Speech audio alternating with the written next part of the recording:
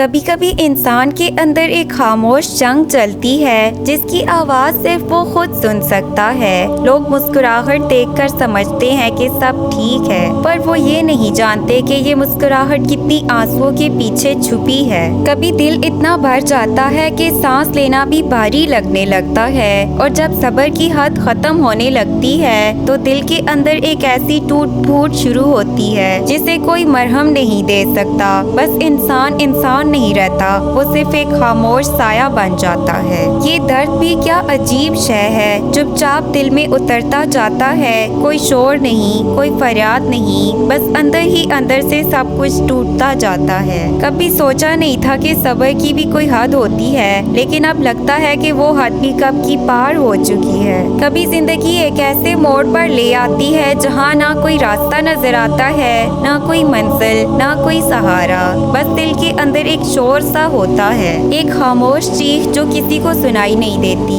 لوگ پوچھتے ہیں تم ٹھیک تو ہو نا، اور ہم مسکرا کر کہہ دیتے ہیں ہاں ٹھیک ہوں، لیکن وہ نہیں جانتے کہ اس ایک جملے کے پیچھے کتنی راتوں کی بے خوابی، کتنی دعائیں اور کتنے ٹوٹے خواب چھپے ہوتے ہیں۔ صبر کا دامن پکڑے رہنا آسان نہیں ہوتا، یہ وہ جنگ ہے جو بندہ دنیا سے نہیں اپنے آپ سے لڑتا ہے، اور جب لگنے لگتا ہے کہ صبر کی حد ختم ہو گئی ہے تو سمجھو انسان اپنی برداشت کے آخری کنارے پر کھڑا ہے، جہاں ایک سانس بھی بھاری لگنے لگتی ہے۔ صبر ایک لفظ نہیں، ایک مکمل احساس۔ صبر کرو یہ جملہ کہنا آسان ہے، مگر نبھانا دنیا کا سب سے مشکل کام۔ صبر کوئی لمحہ نہیں، ایک مسلسل جدوجہد ہے۔ یہ وہ حالت ہے جب دل چیخنا چاہتا ہے مگر زبان خاموش رہتی ہے، جب آنکھوں میں طوفان ہو مگر چہرے پر سکون کا نقاب ہو۔ صبر کا مطلب یہ نہیں کہ تمہیں درد محسوس نہ ہو، بلکہ یہ کہ تم درد کو اپنے ایمان کے نیچے دفن کر دو۔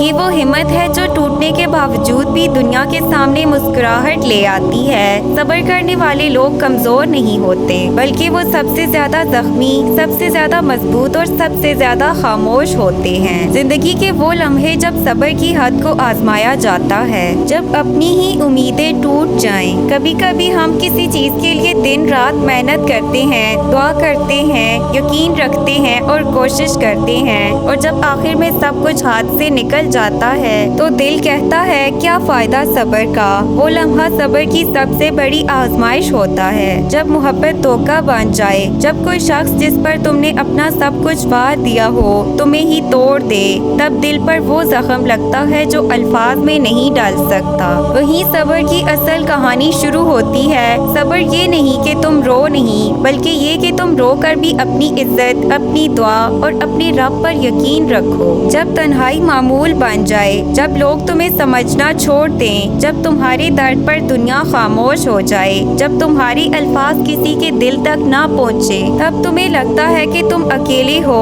لیکن یہی وہ لمحہ ہوتا ہے جب اللہ تمہارے قریب ترین ہوتا ہے۔ جب ہر راستہ بند لگنے لگے، کبھی ایسا لگتا ہے جیسے سب دروازے بند ہو گئے ہوں، کوئی امید باقی نہیں رہی، لیکن اصل میں یہ وہ وقت ہوتا ہے جب ایک نیا دروازہ کھلنے والا ہوتا ہے۔ بس شرط یہ ہے کہ تم آخری لمحے تک صبر کا دامن نہ چھوڑو۔ صبر ختم نہیں ہوتا، صرف بدل جاتا ہے۔ بعض اوقات ہمیں لگتا ہے کہ ہم نے صبر کھو دیا، لیکن دراصل ہم تھک گئے ہوتے ہیں۔ صبر کبھی ختم نہیں ہوتا، وہ خاموشی میں چھپ جاتا ہے، وہ دل کے اندر بیٹھ جاتا ہے، اور وقت آنے پر پھر سے تمہیں سہارا دیتا ہے۔ اللہ تعالیٰ قرآن میں فرماتا ہے ان اللہ مع الصابرین، بے شک اللہ صبر کرنے والوں کے ساتھ ہے۔ یہ آیت یاد رکھو، کیونکہ جب تمہیں لگتا ہے کہ اب صبر ممکن نہیں، تو یہی وہ لمحہ ہوتا ہے جب اللہ تمہارے قریب ترین ہوتا ہے۔ وہ تمہیں اکیلا نہیں چھوڑتا، بلکہ تمہیں ایک نئی طاقت دینے کے لیے آزمائش دیتا ہے۔